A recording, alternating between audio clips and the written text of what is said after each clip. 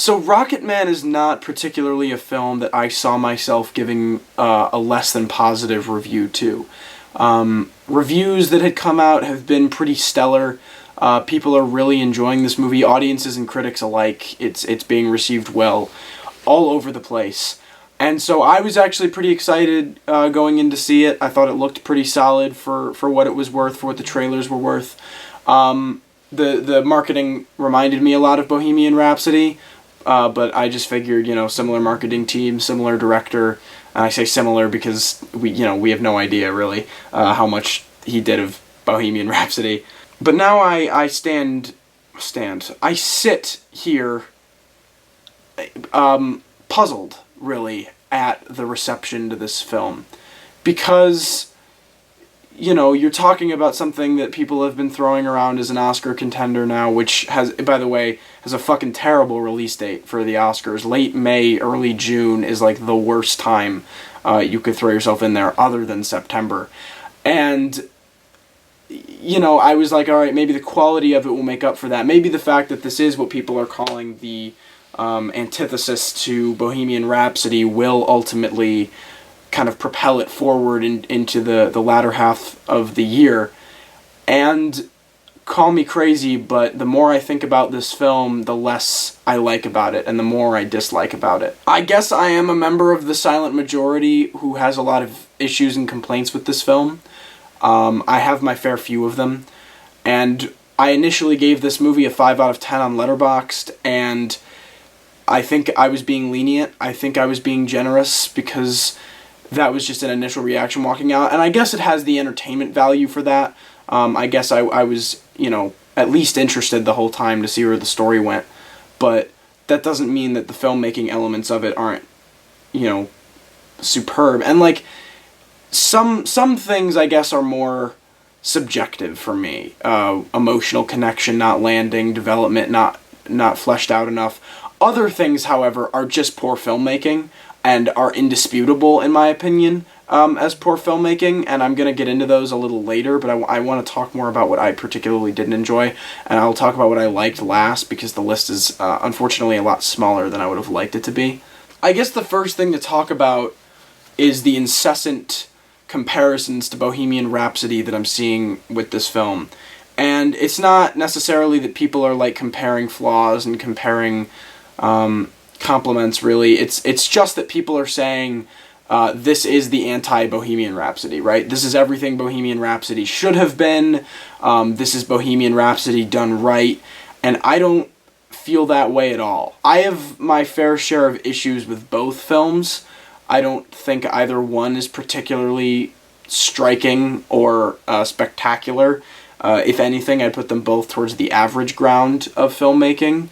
But I most certainly find it interesting that the two films are so similar that it is mind-blowing to me that people are so willing to jump on Rocketman's side and say, yeah, other one over there, you fucked up. This is what it should be, because they're so similar. They're so similar.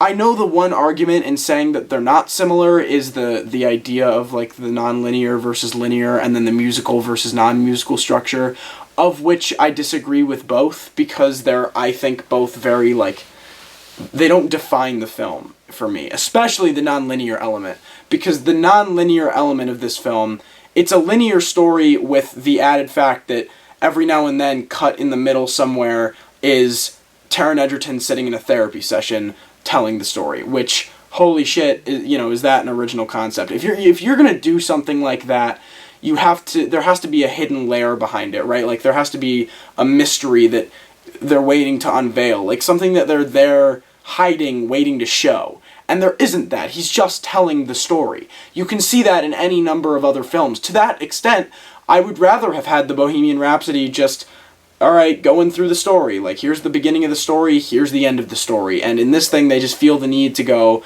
yeah, we'll every now and then we'll throw in a random scene of him just talking in therapy, of which I actually think is where Egerton's performance is at its weakest. I think that he had the least interesting dialogue to connect with, or character moments to connect with. It was just exposition for him.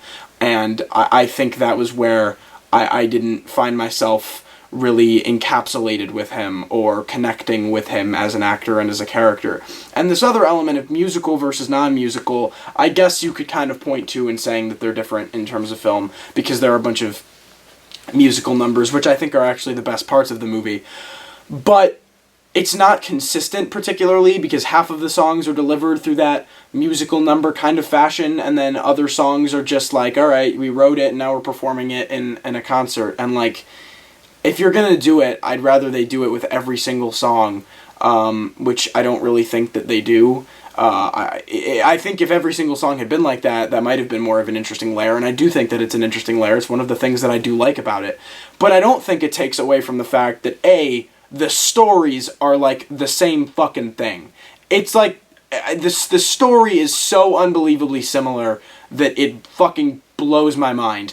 And just the way that some of the scenes are styled and directed and written are just the exact same fucking thing.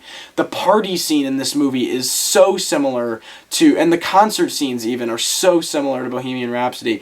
If you were to watch these two movies back to back, like, it would be unbelievable. I don't get why people are so eager to say that this movie does everything Bohemian Rhapsody does wrong right, because I don't think that's true. I think they do things very similarly. I'm editing this video right now, and I forgot to mention that in terms of similarities between Bohemian Rhapsody and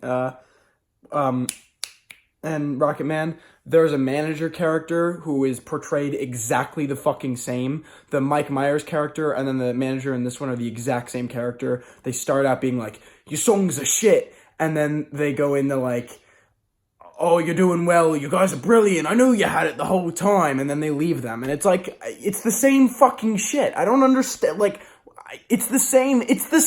I haven't seen Bohemian Rhapsody since it came out, and I was being drawn back to many of the scenes from that film. Like, some of the production design is the same. I think it has many of the same editing problems. It's really unusual that people are so one side or the other. That honestly baffles me. My biggest issue for sure with the movie is that, for me at least, it just felt like a bunch of stuff.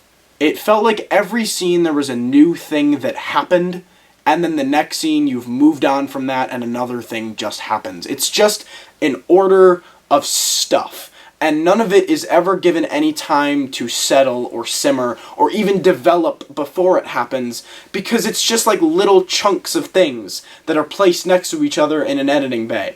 And, you know, like, as a result, inexplicable things happen, characters turn, and it doesn't feel earned or like there was any kind of build to it.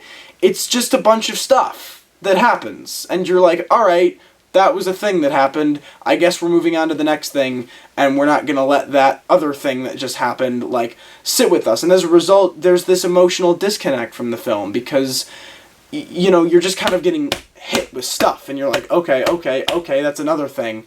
And I didn't find that pulling me into the character of Elton John at all, because I know that he in real life would have had time to sit on these things and reflect on these things and allow them to affect him as a person, but the screenwriters are just kind of using these things as pawns to move the chess game forward, but the opponent of the chess game is never given any time to think about his next move, he just has to go. It's like speed chess, and it's blatant because they're so obviously trying to fit too much into one movie. The movie's only 2 hours long, and I think it could easily be 3 hours long if they honed in on everything they wanted to hone in on for the right amount of time. There's, like, so many subplots that are cut off in such weird fashions. Like, the storyline, probably towards the beginning of the third act of the film when he gets married.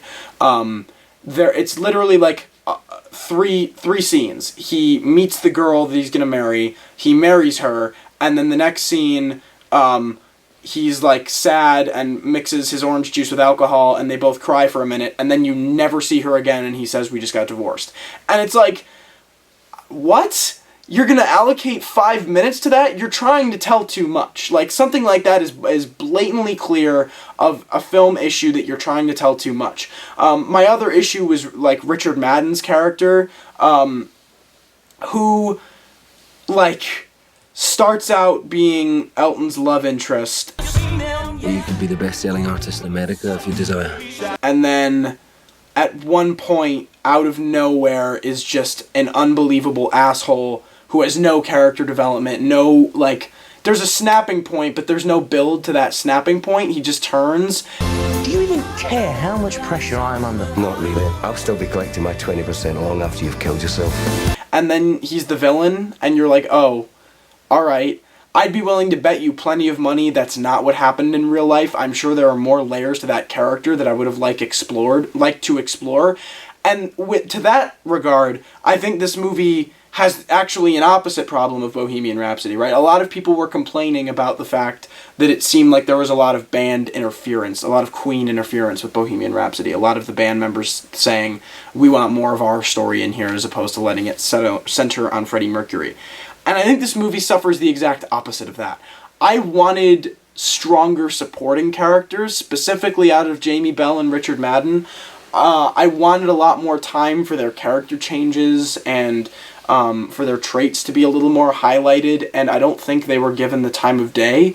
There's a giant chunk of this film that Jamie Bell is absent from, and I wanted to learn more about the chemistry between the songwriter and the singer, because I think the idea that, you know, Elton John is this name and this face that sings all the songs, and Jamie Bell's character is okay with that, and despite the fact that he is kind of the one behind the lyrics, like, I wanted that element more. I wanted to see more of the power shift, and, like, he disappears from the film at one point and comes back like it's nothing, and then, you know, there's supposed to be this conflict between the two characters, but you don't know enough about him, and you don't know what's going on with him at that moment because there's a disconnect from him. Same thing with Richard Madden. You can't just take that sharp turn. Like, you have to build to that somehow, some way. I need to feel that there is ulterior motives behind what this guy is doing, and I wanted to see that more and more, and I think you would have disliked the character more and more, because you can convey any character as an asshole, right? You can give him asshole-y dialogue, and you can make him do asshole-y things. But if it's just out of the blue, you're not really going to care, right? I wanted to remember when he was good to Elton, and I wanted to see that middle ground where he just turned against him. And when he does turn, like I said earlier, it's not earned and it's inexplicable. It feels so out of fucking nowhere that you're left scratching your head and going, why? I wanted more time to focus on some of these supporting characters and some of the other subplots. I think I have, like, even a stronger list of this somewhere. Hold on one second. I guess it kind of comes with, like, what I was talking about with building, right? It's a problem. Like, building to a climax is a problem in this film, not just with the structure of the story in general, but individual scenes have a very unusual writing style, and kind of a blue ball-y writing style. They keep building to what seems to be an emotional climax of a scene, and then they'll cut away. And when I say build, that's a blanket term. The movie doesn't build ever, really. They'll start a conversation, and 2 lines in, they're fighting. As someone who acts, it's been taught to me that with a script, you want to start, a script that gets angrier, right? You want to start, like, here. And then you don't want to, like, jump all the way up here. It's a long scene, and you want to give yourself time to build and build and build until eventually you hit that climax up there. And as an actor, you can't do that when the scene is written as the climax is 2 lines into the scene. The one that really sticks out to me is the argument with the parents that he has at dinner. Like, it's so just jolting and not built well enough at all that you find yourself going, where the fuck did this argument come from? And, like, any other family, like, they'd be taking little jabs at each other at first, and then, like, more emotional jabs, and then he's calling her, like, a fucking monster. And when he says that line, you're like, whoa, what? Like, where the fuck did that come from? And then, right when you think you're actually about to hit that peak, the fucking scene will cut away. Like, in that instance, it cuts to him in the bathroom, like, you know, doing the fucking, like, ugh. And you're like, what? How are you gonna do that? You're just gonna cut away? Every scene does that. Like, right when it starts to get interesting, it'll just cut away. And that's an editing problem and a script problem. It's like, what the fuck are you doing? You gotta give me a little something in order to care about these characters and their relationships, and I got none of that, really. In terms of just bad filmmaking stuff, there's far too much of it. My favorite thing for sure is the makeup on Bryce Dallas Howard. And anyone who defends this, I don't know what to say to you. As Taron Egerton is getting older, allegedly, because he looks the same, you know, you're supposed to assume that Bryce Dallas Howard is getting older as his mom. And she's not much older than Taron Egerton. So when he becomes Taron Egerton and she kind of looks like she's 7 years older than him, it's a little jarring. And I'm sure Elton John's mom had him pretty young. But as he gets older and older and older, there's nothing done. No makeup, no hair coloration, nothing is done to her face. He's getting older and older and older. And then that scene I was just talking about, the dinner scene, comes around and like she looks like she's fucking 45 years older. Like they finally do makeup and hair work on her. And I audibly laughed in the theater. I was like, what the fuck? You can't do that. You can't just fucking age somebody by 40 years having not aged them the entire rest of the film. You can do little touches, little wrinkles, I don't know, little fucking somethings. It was such an unusual thing to me. And the other thing with that, like, physical kind of appearance, there's a line where Taron Egerton is talking to someone and he goes like, "So how does a fat boy from nowhere get to be a soul man?" And I wanted to go, huh? You're supposed to be fat? There are a couple scenes where he wears like a dress shirt or like a robe that's untied here. And like, yeah, he gained some weight. He's got like a little belly. But you're not fat, my friend. I don't know if Taron Egerton went like, yeah, I'm going to go out and gain some weight and method act for this film. And then he came back, he was like, good guys, right? And they went, yeah, Taron, that's good. Because he's not fat. And he's still got, like, there are scenes where he wears like shirts that are cut to here, and you can tell, like, he's got the fucking muscle that he has. Like, he's a fucking yacht guy. He's a big dude. And they don't, like, are you kidding? I guess that's like all I got. I don't know. In terms of what I liked, like I said, I liked the musical numbers.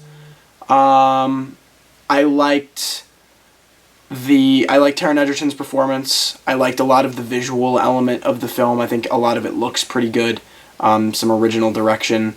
And even with the musical numbers, I think they have, some of them have their problems. Like the Benny and the Jets one is great, right up until they start fading in the faces of characters on his left and his right, and they're saying lines from previous moments of the film, and you know that's what's running through his mind. And it's like, fucking get over yourself. Like, have you never seen any other movie that does that? Like, that's just not good movie making. Like, that's just amateur filmmaking right there. Like, I don't even fucking know what else to say about that.